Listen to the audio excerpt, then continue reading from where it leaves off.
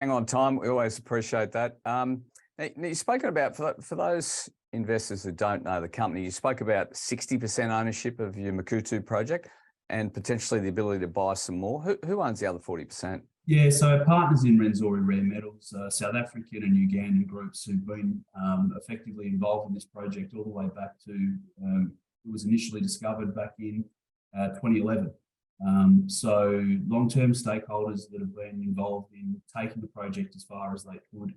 That created an opportunity for Ionic to come in mid-2019, and we've been working through a program to expedite Makuutu into production, support mining license applications, and put us in the position now where we're at the the front edge of discussions now of being a key participant in supplying heavy rare earths to Western end users.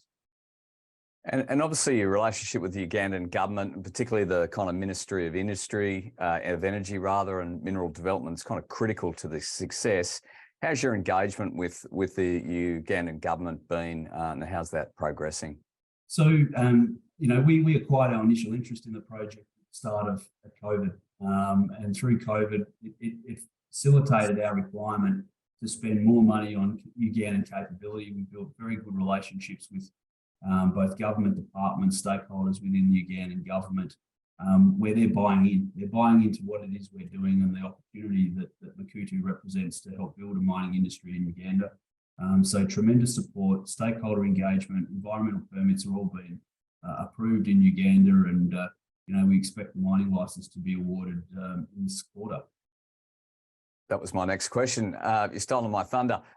So in regards to the demonstration plant, the commissioning of that's underway. When can we expect to see some first sort of test production? So we've got two demonstration plants. So one at Makuutu, where we're in construction now of a phased approach to make mixed rare earth carbonate for end users. So our anticipated production of product, we expect to have product in the third quarter of this year, and start large-scale production for the downstream users later this year. In Belfast, we're in commissioning now for our demonstration plant on magnet recycling.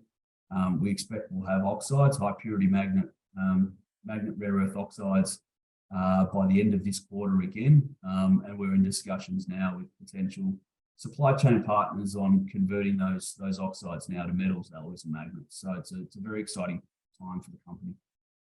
And a couple more, Tim, if you don't mind. Any updates on the scoping study for refinery in the USA? Yeah, so we're now in possession of a lot of really strategic information about the value and I suppose opportunity for Ionic with our own standalone refinery. We've got a preferred site located. We're finalising the study itself. We've got some final test work which is being completed, and then we'll take that information internally and work out how we can best leverage that information to Ionic's advantage as we progress discussions on potentially a US facility. There's still a little bit of work to be done around that. I think we're in a pretty good position though to understand how much value and upside is in this space. I think the other thing is that we've been doing a lot of work in this sector, which a lot of our peers have been able to leverage off, which to some degree diminishes our strategic advantage. So we'll review what we make public when we make it public to maximise its benefit to the company. And just finally, Tim, there's a question on your financing options. Obviously, there's strong tailwinds globally from governments. There's a lot of funding from governments. Where does kind of Uganda fit in that picture potentially for kind of funding options? Yeah, look, so I think what should be understood is that there is tremendous investment that occurs in Uganda at the moment. I think numbers we've had quoted from key stakeholders within the US government is there's around about $1 billion worth of aid and investment that goes into Uganda from the US.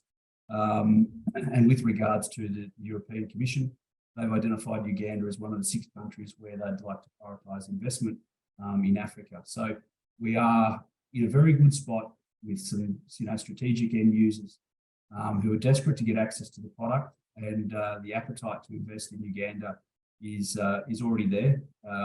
It's just a matter of de-risking the project to support final investment decision. Tim, thanks. That's all we have time for. Thanks for your time. We'll follow with interest and get you back on later in the year. Thank you, Tim.